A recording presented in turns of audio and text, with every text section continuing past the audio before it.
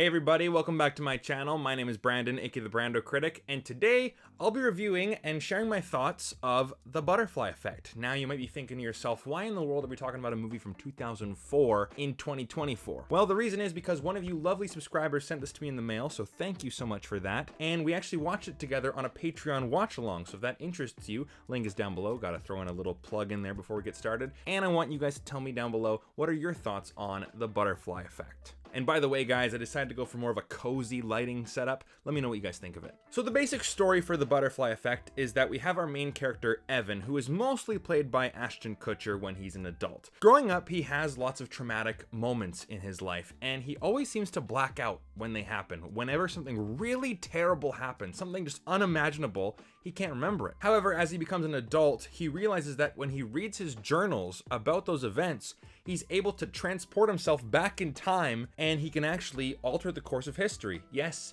he has time travel powers. And you know what's funny? As a matter of fact, the last movie that I actually really reviewed on this channel was called The Time Machine from 1960. Great movie, by the way. Check it out. However, the one issue here, and this is why it's called The Butterfly Effect, is that every single thing that he does when he goes back in time, he alters one little thing, it drastically changes the present, or the new present, and the future. So right off the bat, I want to mention the movie that I was thinking about the most when watching this movie.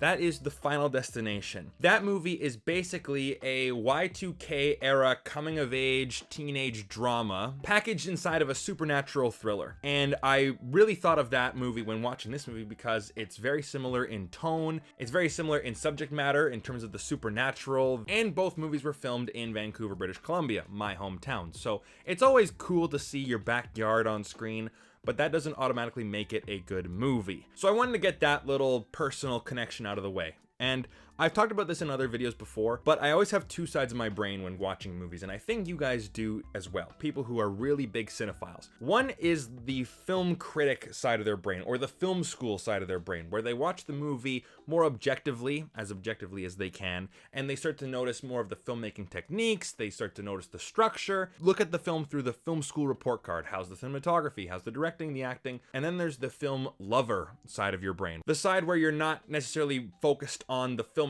aspects and you just really want to get sucked into the story and the characters. I will admit though that my film lover side of my brain liked this movie more than my film school side of my brain. So let's start with the positives.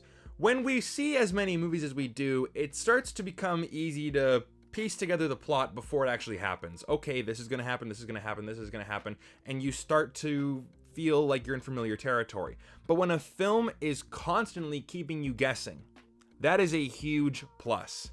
And that's how I felt when watching The Butterfly Effect. I didn't know what way this movie was going to go, and it kept me on my toes, and it kept me engaged. I didn't feel bored when watching this movie, and I was not just going, okay, this is going to happen, this is going to happen. No, I genuinely had no clue. And that is definitely something worth mentioning. This is a film with a very intricate and thought-provoking narrative that even just the smallest action can have the most drastic outcome in the grand scheme of things. Like, for example, if you have a pen, right, and you drop it on the floor and someone slips on that pen and then they hit their head and they have brain damage, but that person was going to be president if they didn't slip on your, you know what I mean? It can make your head spin and you can really get carried away with this stuff. However, this can be a very dangerous downside to many movies, and I've been in this territory before where the concept of the movie is actually more interesting than the movie itself. The discussion about, oh, the what ifs and the how would's is more entertaining than actually watching the movie. Luckily enough, this movie did not fall into that category, but it has happened before. Movies like Will Smith's Focus, right? Or Bradley Cooper's Limitless. You know, what would you do if you had that pill that made your brain work? You know what I mean? Where that's more fun than the movie itself. Butterfly Effect didn't have that, and it was actually really engaging and really interesting to see how many times he can go back in time and what actions he would take to cause a different future. If he goes back in time to this moment and he does this differently, this will affect this character for the better, but it also means that this character over here, character Y as opposed to character X, will have negative impacts on their life. You do one thing, this person ends up being the most popular girl in school, but the brother ends up being a psychopath. You do it the other way around and he becomes a saint. He becomes this born-again Christian and she becomes a hooker, right? Like all these different types of actions where a moment like that in someone's life can be so life altering. And if you keep going back in time and creating all these different timelines, I was really interested in seeing, okay, how many timelines are we going to see? How many different versions of the future are we going to see in this movie? And that was the most memorable part of this movie for sure. And I would say it's the best part. It really kept me just my eyes glued to the screen. What's going to happen next?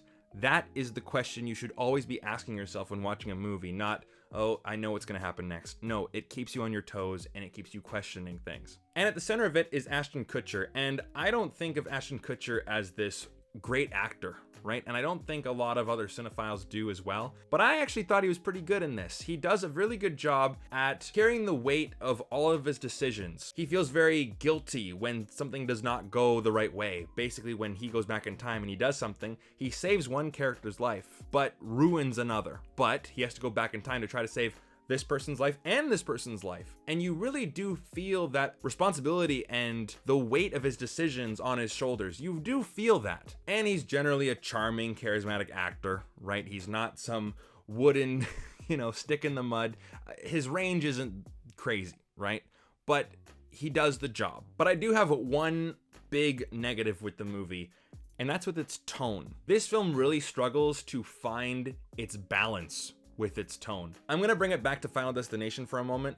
That is a movie that deals with the supernatural from the teen's perspective, but it treats it seriously. This isn't a movie like 13 Going on 30 or What Women Want, where there's a supernatural element in it, but it's just part of the world, and it's a generally lighthearted, fun tone. And I find with movies like that, you can be a bit more forgiving with the nuances of how the supernatural works. No one really knows why Mel Gibson's character gets struck by lightning and then he can hear women's thoughts. It doesn't matter, right? But in this movie, while we don't necessarily know why he has this power, they do treat it seriously. So now with that serious tone, the film is really playing with fire here. They're in dangerous territory because not only do the characters find this stuff serious, but the audience has to find it serious as well.